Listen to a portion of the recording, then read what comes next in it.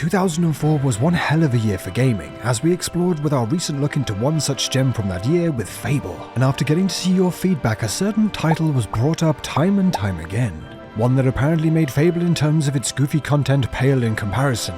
One that if the recommendations were true, could not be overlooked. Well, my friends, I hear you loud and clear, and with that I bring to you today a look into inXile's 2004 release of The Bard's Tale, to take a look back at one of gaming's most insane RPGs, to see what it has to offer players today, along with if it can truly be crowned the goofiest RPG of all time, with the game's inhabitants already seeming overjoyed at the idea, dancing and skipping with excitement. My name's Mitch Mannix, and this is a look into the utterly ridiculous ARPG, The Bard's Tale. The Bard's Tale begins with a style often found in cinema, that was showing a short portion of the ending of the tale and working up to it, with the story's narrator setting the scene of our scuffed Kevin Costner-looking hero facing down a group of formidable-looking hooded enemies, staying true to its early 2000s art style, with the cutscene itself looking like it was filmed with a Nokia 3310 dipped in peanut butter. But before playing out the battle, we journey back to the Bard's beginnings, where we join him outside a local tavern summoning a rat with his trusty lute, to cunningly trick its owner out of some food and maybe a place to stay. It only takes a quick glance around the tavern to catch a glimpse of the Bard's Tale's more wacky and satirical elements, with the busty owner of the tavern a single twitch away from a wardrobe malfunction, requesting us go down into the cellar to handle her additional rodent issues. On our way down, we get a chance to converse with some of the inhabitants as well as take in some of the local ambience.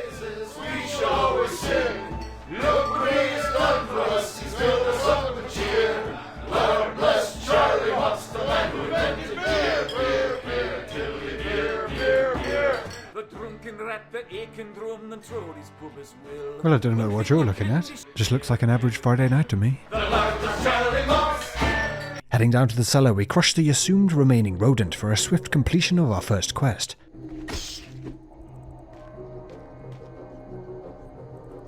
Quest complete!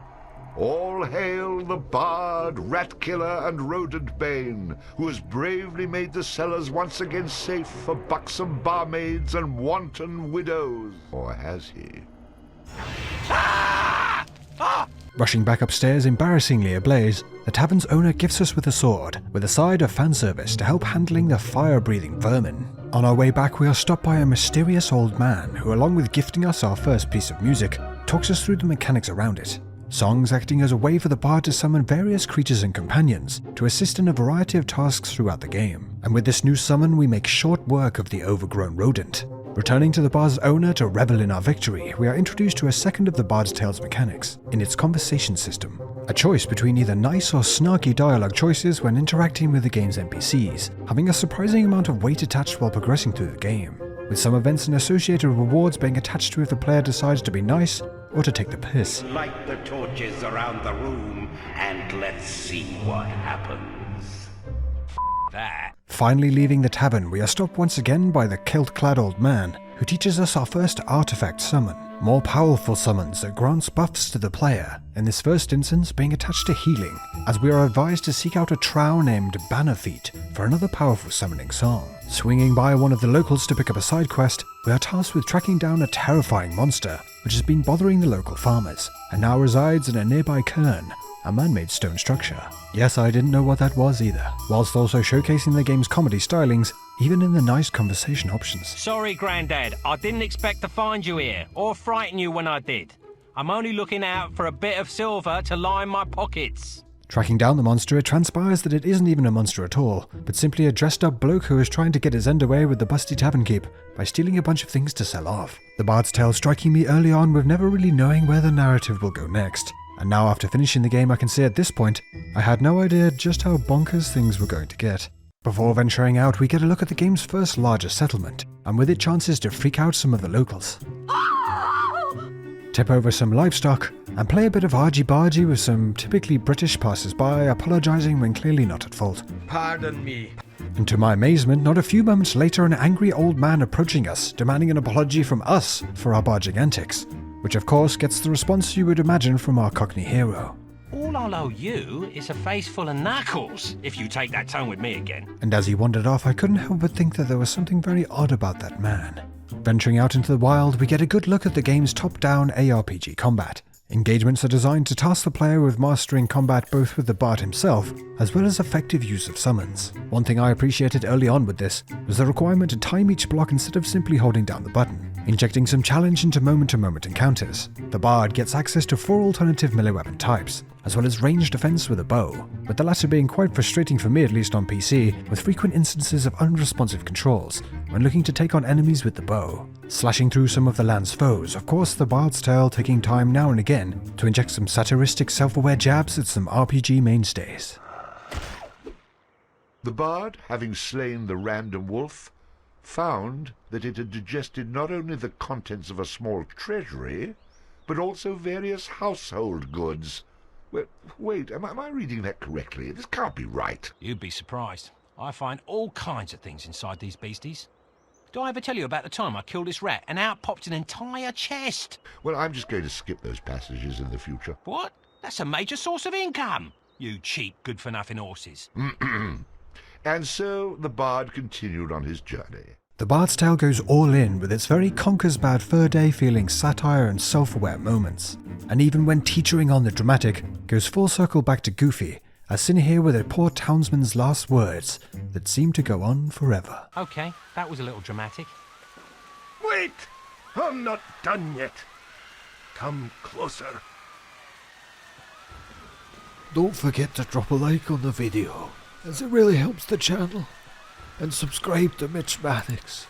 He is just so funny. My favourite character chap. Got it. Progressing through the forest, we encounter Bannerfeet, who in exchange for a new song wants us to release a trapped prisoner for him.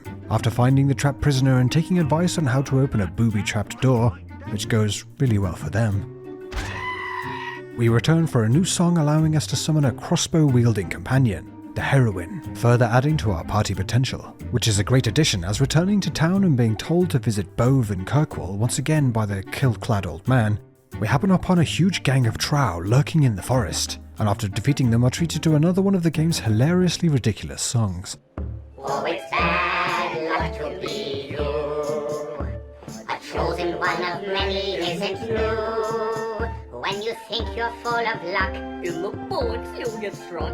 Oh, it's bad luck to be you. This song in particular is performed at a number of stages during the story, and I can't help but laugh as they sit here in emergency accommodation after having the home I rent experience a burst pipe in the attic, flooding the entire house and making it uninhabitable, feeling almost like the game itself is mocking me. Oh, it's bad luck to be you. It's not long before the main plotline of the game is unveiled, after seeking out a man called Bove, and finding out that half the town are named that and being ran around in circles. If I don't see this princess soon, believe me, Boves will roll. The Bard's Tale opts to use the age-old plot of saving the princess from the castle, but of course uses this more to poke fun of the mainstays and cliches of fantasy storytelling, and is made to feel far from typical with our sharp-tongued bard here. With visions of coin, cleavage, and carnage jiggling in his head, the bard and his newfound friend head off to be in the presence of the mysterious Princess Calais. Here we are, my friend. Progressing through the game, exploring its towns, taking on its boss encounters and battling through hostile environments will take the player to a variety of locations, snow-covered Viking-infested mountains to dark, dank dungeons, and of course the obligatory lava level, literally named that, all coming with their own set of wacky surprises, such as happening on a dance battle between the creatures within, because, well, why not? You got served. Throughout the adventure, the game grants access to a whole range of summonable companions that really do add depth to the game, and not just in straight-up combat encounters, but also adding utility in some, like the Light Fairy, giving much-needed light to dark caves and castles. Lost in the dark. As well as a bonkers crone healer that clearly takes our line of work very seriously. Healing! Sucker! The companions really do well to add depth to the combat encounters and moment-to-moment gameplay, leading to an injection of strategy of both which companions to use, as well as how to order them around using the game's order command controls, with certain summons being able to do bonus damage to certain types of enemies. With a wealth of summons available as well as the opportunity to obtain upgraded versions of them, the game for me at least held up well with the summon system in particular being highly enjoyable, while also unfortunately feeling quite simplistic when it comes to the game's combat, even for the time. But as you could expect, the companions couldn't help but add some extra humor during the adventure. Oh, thank you for the healing. A number of upgrades for both weapon loadouts as well as armor can be obtained throughout the game from both looting as well as sold in the game's shops, often owned by some hilarious characters. But if you wore this, people might actually take you seriously. Further upgrades can be obtained by finding and equipping the various token items in the game, granting the player a flat increase to certain stats, as well as a number of instruments that, along with mixing up the bard's musical stylings, also grants access to additional companion slots, increasing the player's party. Ready to scrap. I wonder what happens if I try it.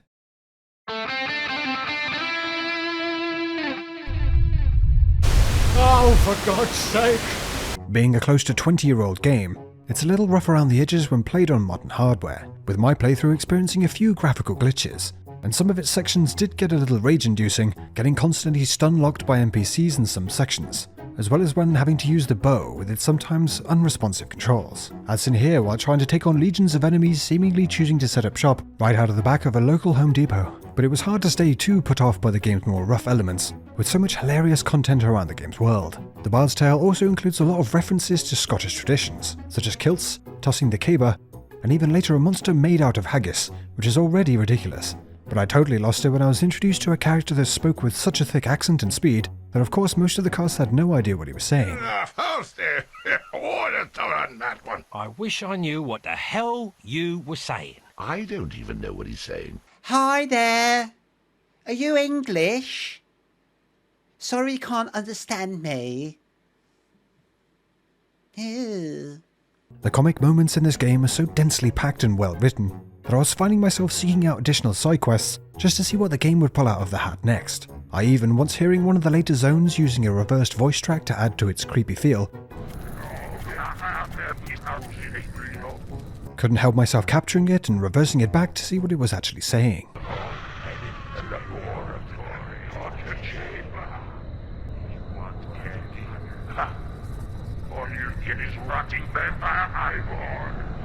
Mobs will drop random bonkers things like their family photos, and with every interaction I couldn't wait to see what insane scenes would unfold. The Bard's Tale, with the protagonist looking like a Walmart Kevin Costner, actually reminded me a lot of movies like Men in Tights. A cast of utterly goofy characters providing a seamlessly endless stream of self-aware satire and hilarious interactions. The game does show its age with its combat and performance, but also in a good way, as has a feeling indicative of a time where there was not so much pressure on developers to create squeaky clean, risk-free products, and were able to rock the boat a little with their writing.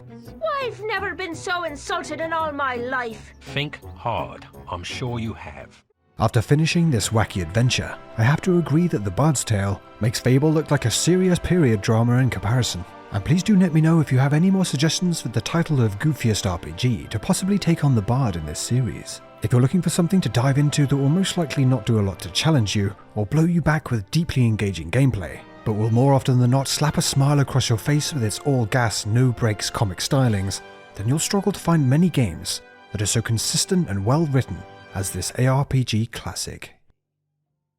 Thank you so much for watching. As always, please let me know your thoughts down in the comments, and let me know if you have any other suggestions for the craziest RPGs that we can take a look into. I want to give a massive shout out to the channel members that help keep the content coming. If you're interested in joining the channel as a member for all sorts of perks, including exclusive videos, the info is down in the description. Things are still a little bit all over the place on my end due to a number of unforeseen events, but I'll keep bringing the content to you guys as swiftly as I can. And I'll be putting out a community post when I'm in a position to livestream again. Thank you so much for all your support, and I'll see you guys in the next one.